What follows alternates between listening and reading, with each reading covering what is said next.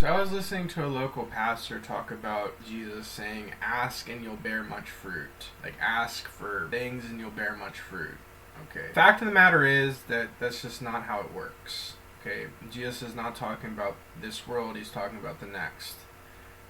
I've studied a lot of martyrs and a lot of Christians. Just Paul as an example. That's not what he means. Okay, study Jeremiah, study John the Baptist, study even Jesus, there's a whole list of martyrs that just throughout all time and space did not get what they prayed for.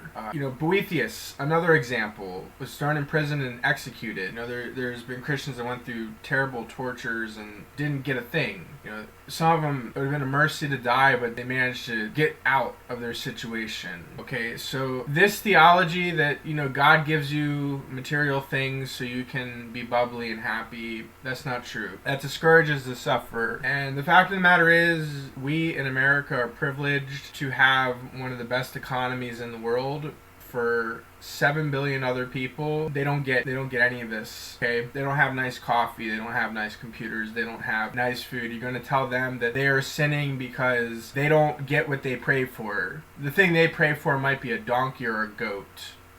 Okay, so, this type of Christianity is disheartening to the person who suffers. And the fact of the matter is that if you want to get what you want out of life, then really the two ingredients are you have to have a society that is not sinning. Because if your society is sinning, it says this all throughout Old and New Testament, then the righteous are oppressed and they fail. Judgment ceases to proceed. Okay, that's the real Bible. This isn't we take one verse of Jesus out of context. Okay, this is the real Bible. What Jesus means is heaven. Ask and you shall receive. We should store treasure in heaven. He says that so further back. Ask to store treasure in heaven. You have not received because you have not asked. Okay, that's why. And I have received because I have asked. And I'm not saying that life is going to always be this way for me. I'm not saying it has to be suffering for all Christians. All I'm saying is that suffering is a part of the faith. And the fact of the matter is that sometimes people suffer. They go through seasons. Sometimes they suffer long. I can think of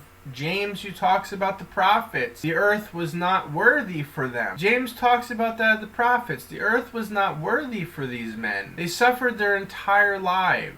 Okay, so we have to kick back the materialistic gospel because it's causing me to doubt my salvation, which is not something that should be done. I'm not suffering because I did anything wrong. I'm suffering because I did the right thing and the world changed, and that's all there is to say about it. They changed the rules on me halfway through the game, and it's like I don't know how to play it anymore. And there's a lot of people like that in this world.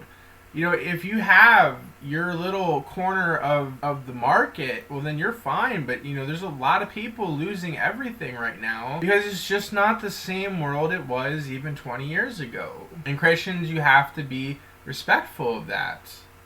Because, I think you'll gain more following if you hold to the traditions of the faith. Which leads me to the second thing, that we need to repent as a nation. We need to repent. We need to accept the fact that sometimes there is just misfortune, and that's a fact.